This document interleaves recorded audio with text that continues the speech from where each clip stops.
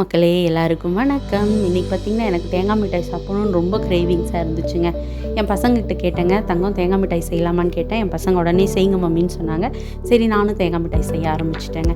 நான் எப்படி செஞ்சேன்னு பார்த்திங்கன்னா, ஒரு தேங்காய் எடுத்து உடச்சி அந்த தேங்காயில் மேலே இருக்க ப்ரௌன் கலர் ஸ்கின் எல்லாம் ரிமூவ் பண்ணிவிட்டுங்க, நல்லா மிக்சியில் கிரைண்ட் பண்ணி வச்சுக்கிட்டேங்க. அப்புறம் அடுப்பில் ஒரு பேன் வச்சு அதில் ஒரு ஸ்பூன் நெய் விட்டுங்க, இந்த தேங்காவை அதில் போட்டு ஒரு நல்லா 4 பிரட்டிட்டேங்க. ஏன்னா அந்த தேங்காயில் இருக்க ஈரப்பதெல்லாம் போகணும் பார்த்திங்களா, அதுக்காக ஒரு 4 பிரட்டிட்டு அதை ஒரு பிளேட்டில் தனியாக எடுத்து வச்சுக்கிட்டேங்க. அதே பேனில் நான் ஒரு டம்ளர் தண்ணி ஊற்றிங்க, ஒரு 1/2 கப் சுகர் போட்டுக்கிட்டேங்க. அது கூட ஒரு 3 ஏலக்காய் போட்டு நல்லா சக்கரை கரையிற அளவுக்கு வந்தால் போதுங்க. இந்த சக்கரை பாகு அளவுக்கெல்லாம் வேண்டாங்க, சக்கரை கரைஞ்சா போதும்.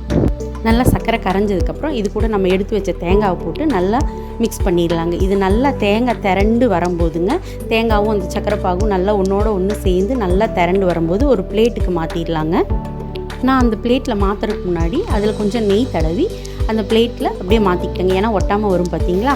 அப்புறம் அது ஒரு ஸ்பூன் எடுத்து அதில் பின்னாடி சைடு நல்லா நெய் தடவி அதை நல்லா சமப்படுத்திக்கிட்டேங்க. கொட்டி வச்சேன் இந்த தேங்காய் மிட்டாய் இருக்கு இல்லைங்களா, அதை நல்லா சமப்படுத்தி வச்சுக்கிட்டேங்க. இந்த சமப்படுத்தினதை நல்லா ஒரு மணி நேரம் நல்லா ரெஸ்ட்டு கொடுத்து அதுக்கப்புறம் கட் பண்ணிங்கன்னா சூப்பரான தேங்காய் மிட்டாய் ரெடி ஆயிரும்.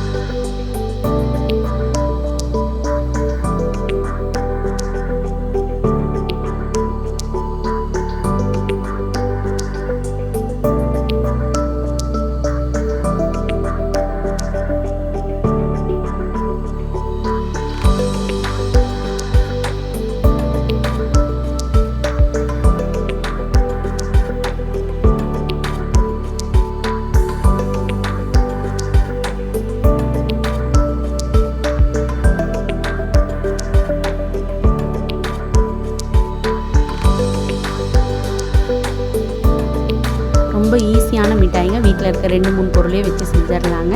நீங்களும் கண்டிப்பாக ட்ரை பண்ணி பாருங்கள்.